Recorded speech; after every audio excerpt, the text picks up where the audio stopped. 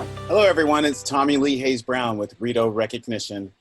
I am so excited today. We have my friend David Krillman here, and David is the author and strategist, analytic specialist, and CEO of the Krillman Research, which helps countries and companies all over the world elevate their human capital management using the power of analytics, research and development, and leadership training.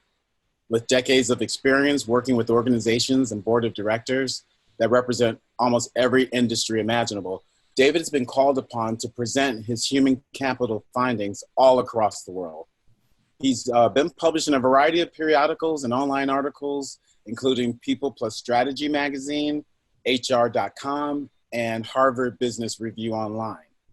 His co-authored book, Lead the Work, Navigating a World Beyond Employment, is a bestseller and has become a go-to resource for managers around the world. David has his MBA from the University of Western Ontario and a BSc in chemistry and biochemistry from McMaster University. He's won the Walker Award for HR from HRPS and has been made a fellow for the Center of Evidence-Based Management. David enjoys traveling and has done so extensively around the world and tends to prefer places that are atypical. And sometimes even off the grid. We are thrilled to have him here today and pick his mind about employee engagement, recognition, and what he sees as the future in human capital management. David had the opportunity to visit us at Rito in our Montreal home office, and he'll be sharing what he saw there, as well as providing us with some practical tips and best practices that he's collected from all his travels around the world. Just one housekeeping item before we start the webinar. If you have any questions or comments, please press the button on the left side of your screen and I'll collect them during our conversation. And when we get some, I'll go ahead and bounce them off David. This is really your chance to get some help for your organization from one of the foremost recognition and engagement, analytical and human capital thought leaders. So without further ado, please help me welcome my friend, David Krillman. How you doing, Dave? I'm great. Thanks for seeking me out and inviting me to this. I always enjoy this kind of thing, and the preparation you have been very helpful to me to get this going. Well, no problem. It's always a joy to share the stage with someone like yourself and really just take advantage, for me personally, to take advantage of all the years of research and data collection and best practices and just what the trends you've seen around the world, not just in North America, but just around the world that may be coming our way or where we may even be ahead of the curve. So let me just start off with asking this, and this is a very loose conversation, and I really want our webinar folks to take advantage of asking you those questions. So again, that button's on the left side of your screen. Go ahead and ask your question or comments, and I'll collect them here, and we'll kind of interject them during our conversation. Let's start with how we met, and that's through Rito Recognition. And you came up to Montreal, and you kind of, you talked to and observed some of our best practices. Were there one or two that you thought were outstanding or something that you thought was really, really good that you saw up there with the employees that you can share with our audience? Yeah, and let me just get it. And the reason I went to Montreal is I was in New York. And in New York, I met your head of analytics. And of course, he's talking he's a PhD at Charles Sherman. Yes. So that's right. And okay, so super brainy stuff, right? Mm-hmm. And a lot of the time, I'm kind of in that world dealing with professors and so on at a high abstract level. Anyway, but I was so impressed with what he was doing. I wanted to see Rito Recognition in person.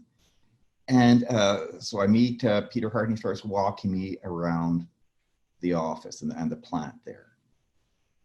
And what really I found so sort of mesmerizing is how everybody just kind of smiled when they came into the room. So you go into the accounting, all the people a smile comes on their face. Mm-hmm. Walking through, and there's somebody working a machine and they wave and they say hi. Everybody he stopped to talk to, not only did he know their name, not just, hey, person who happens to be an employee, he knew their name. He also knew something about them. So we'd be walking away and he'd be saying, Yeah, he just bought a new house in this part of Montreal. Or this other person, yeah, their mom was sick and they took a couple of days off. And so I was so impressed with the fact that he knew so much about each employee, but also, as I say, this sense of happiness. Often when the CEO walks through, people are a little bit nervous or they have a fake smile because they don't want to get in trouble. But that was the signal. And again, we do all these engagement surveys, right? You don't need an engagement survey. You just look at the faces of the people as the leaders are walking around the operation. Mm-hmm. And that's what I found fascinating. So then the question becomes, well, why is it like this? And I guess that's what led me to want to interview, both the leadership and some of the employees there. Right. Okay. So, so I'm not going to pretend I know the full answer of why it's like that, but as an employee of Rideau and as someone who's known Peter Hart, the president that you're speaking of, it's not an act. So what you witnessed happens every single day in the Rideau culture. And Peter knows everyone's name, and not only the name, but the background and who they are. And, how's your mom doing? I heard she was sick. Those types of little touch points, he has a really good understanding of his staff, and it just really makes you feel good, as an employee. And I can speak as an employee. It makes you feel good to know that your manager truly, truly cares about your well-being. So it's not an act. I love the tour that you're talking about. Peter loves it.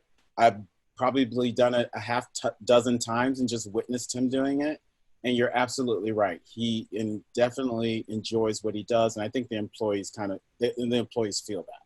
Now, as a manager myself, under our president, when you see your president doing that, you understand as a manager, well, this is the culture that I'm in. And this is what I absolutely have to do to fit into this culture.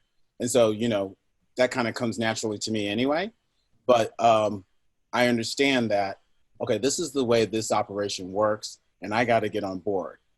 What Peter did for me and made me feel is what I need to do with my peers. So it's that whole top down. And not only like he's role modeling it. Obviously, you were hired because there was a cultural fit there. Mm-hmm. But the other thing that is that he's giving you permission to do it as well. It's absolutely. Sometimes you think, oh gosh, should I be spending some minutes talking to this person about what they did on the weekend, or should I be filling in an accounting report? Right. And I don't know if you know Lance. But I do know Lance. I think it was, he was the one who told me that here's the trick. You're not spending 15 minutes to show you care. You can do it in 2 minutes. You're walking by, you see the person, you take the 2 minutes to say hi. You still have time to do your accounting report. It's not like you're not doing all the other stuff. Right. It's the 2 minutes you're spending. And Lance is a great example, a friend of mine as well. And I see Lance with his team doing the same thing. Just the stop in the hall. Oh, Tommy Lee, I didn't know you were up here this week. How's the family? That type of thing. It makes such a difference in your workplace and how you feel about getting up in the morning. Because, quite frankly, depending on where you are in the world, it may be that war for talent is still going on. Yeah. And we as employees have choices. And it's not just about the money. Of course, the bottom layer of your hierarchy of needs has to be, you have to get a paycheck. It's not volunteer work. I have the family to feed. But once you get past that bottom rung or bottom level of your hierarchy of needs, there's lots of choices to work for, and I want to work for a company that encourages my heart where I can fail. I can fail and not feel like, that idea I had that failed, and I'm going to get a pink slip tomorrow, because there's something coming down the pike that I'll suggest that works.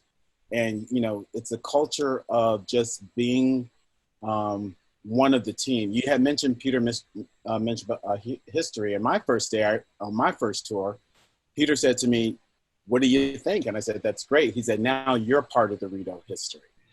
And, I walked away feeling so good about that. It was my first day. my first day of work. And now I'm part of that history.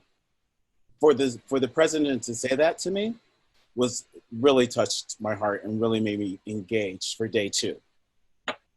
Yeah, and you see, and this is the thing, we talk about concepts like engagement and commitment, productivity. And what's interesting is when you see it actually, the practices that bring it to life are simple, they're applied in a disciplined way, and they come from the heart.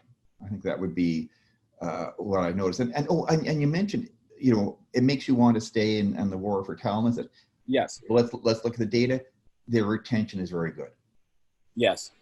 So that reduces costs, increases productivity. It enables, one of the things it also does is that people get to know the whole operation well enough, and people do a fair bit of internal movement from one job to another and promotion from within. But it means that you have, in a sense, a very knowledgeable workforce, because they've been there a long time, their coworkers have been there a long time, they know how everything works, and they care about everything. They were telling, somebody told me a story about, for a recognition award that they might produce for another organization. Imagine it's some kind of plaque. And it was coming through, and it was hard to get it lined up. It wasn't quite square. And the person in customer service noticed this. So not someone in manufacturing who's supposed to be, who it's their work, it's somebody else. And she said, this could be better. And so she figured out a way to fix it, and then went back and, worked with the people in the plant so they operationalize it, and it gets done all the time. And, this is what you want from your employees, that they care enough to really create a quality product, that they're not so stuck in their silos that right. help, that they know they'll get a welcome reception. That, here's an idea, it's going to make things better. People aren't going to beat them up and say, hey, go back to your cubicle. And so this is where we start seeing good business outcomes that result from this. It sounds very soft stuff, but it starts soft. It starts with the sincerity and the caring, but you follow that through, and suddenly you start seeing outcomes like improved quality, improved productivity, higher retention, all these, you get this virtual cycle of good things happening. How does engagement transcend into results? Because bottom line, aren't companies here to make money? Yeah, and when you talk, I think that's a really important question, because if you're not focused on the results, then you won't get sustainable support for this. And in the so it can't be all fun and games and talking at the water cooler for an hour about last night's show, and like you said, 2 minutes. An investment of 2 minutes. You got to have results, or else we won't be here. That's right. And it's funny. A lot of the recognition awards and ceremonies, it's not recognition for being such a lovely human being. It's recognition because you hit your targets. Right. Here was a customer who was mad, and you went in and you won them over again. You got the sale. You fixed the conveyor problem. I mean, it's all tangible things. And the reward ceremonies, it's not just a pat on the back, isn't this a wonderful person? It's a chance to illustrate these are the kind of behaviors that are going to make the organization successful. Right.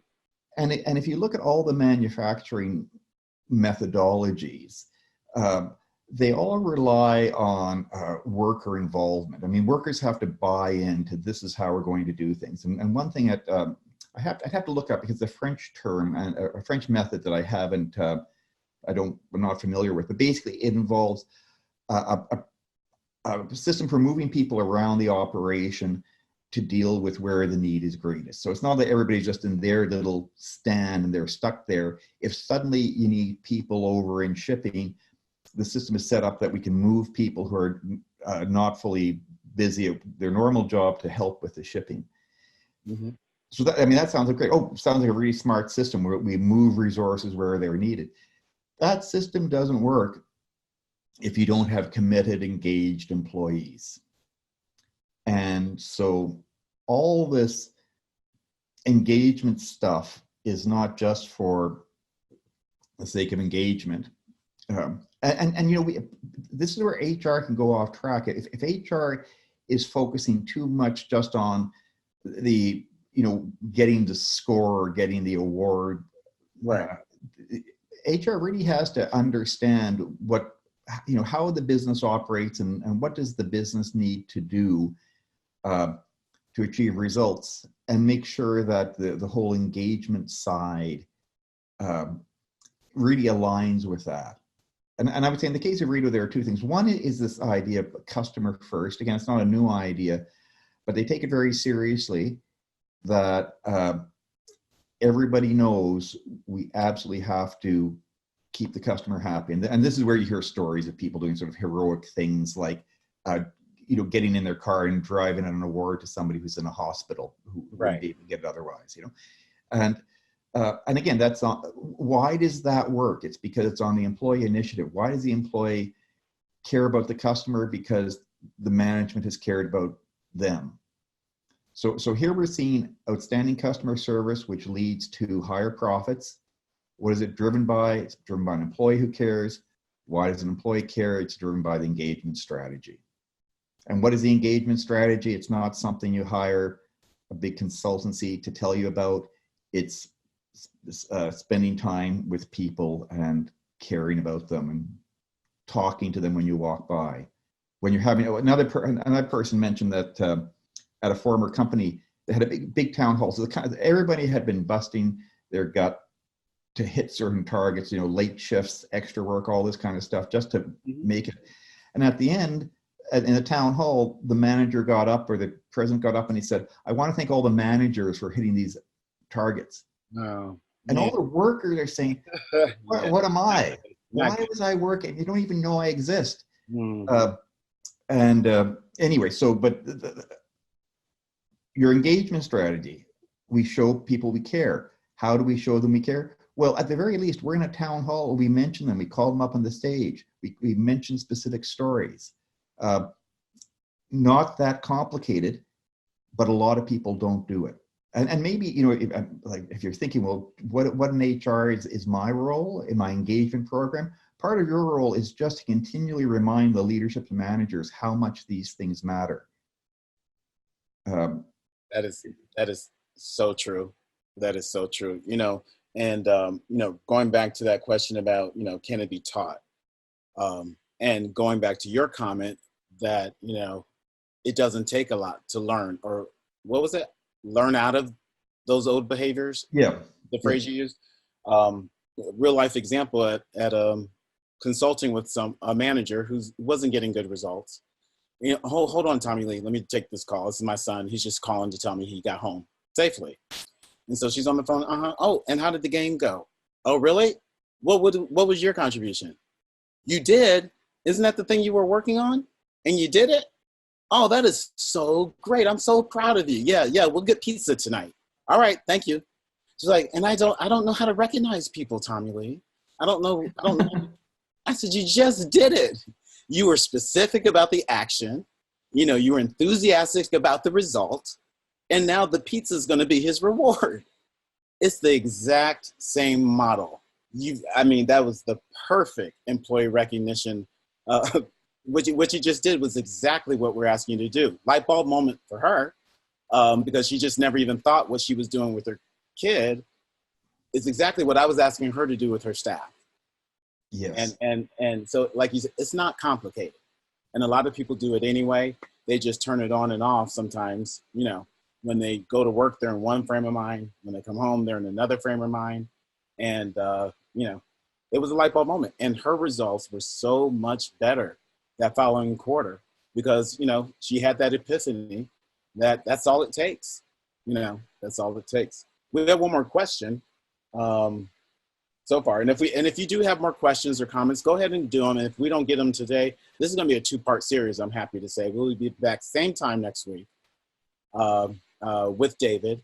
And I have a feeling it won't be the last time we're with him either. So just go ahead and keep your comments coming. I'll collect them. And we'll make sure I'll either forward them on to David so he can be prepared for next week, or we'll just go ahead and talk about them then. But Casey says, I'm one of those technical people that is now managing people that Tommy Lee mentioned. Is there anything I should focus on first? What would you recommend Casey focus on? She's a technical person that's now managing people. Yeah, and I would say the first thing to do is try to get to know them as individuals. Mm-hmm. So find, and if you're interested, a good place to start is to ask them about their interests and their aspirations. You know, what kinds of things are you interested at work, outside of work? And from there, not only does that provide you the starting point for sort of future conversations, it's something to build on. So it's kind of the entry point. You can also begin to understand their motivations. Mm-hmm. And that's what's really important as a manager, is you begin, okay, yeah, I know where you're coming from. I know the kind of thing you like to do.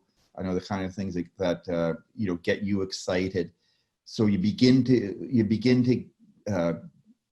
it gives you a place to work from. So I would say interests and aspirations. And the aspirations can, sometimes people say, no, I'm just happy doing what I'm doing, but sometimes they'll surprise you. And if you know, then that's all the better. David, this has been a pleasure. Any parting words? How do we reach out to you? How does well, I'm going to see if I can we're going to check my technical skills here, and you can tell me if you're seeing this or not. Yes. Yep. Perfect. All right. So, but I'm easy to find on LinkedIn. I'm easy to contact. There's my email, D. Creelman for David Creelman at creelmanresearch.com. So yeah, I'm always happy for questions or comments, or just, as I say, if you don't have any question or comment, but you just don't want to lose me, feel free to connect to me on LinkedIn. Absolutely. Well, thank you so much, David. And we'll talk to you in part 2 of this series. And I just so appreciate you taking time out of your busy schedule to be with me today. And more importantly, our webinar audience. I know they appreciate it as well. So thank you. Thank you, sir. Okay, thank you, Tommy Lee. And boy, you're a great collaborator on this topic in particular. Well, one thing I like to talk and I like to talk to interesting people. So yeah, we're checking all the boxes today. All right. All right. Take care. Let's talk to you next time.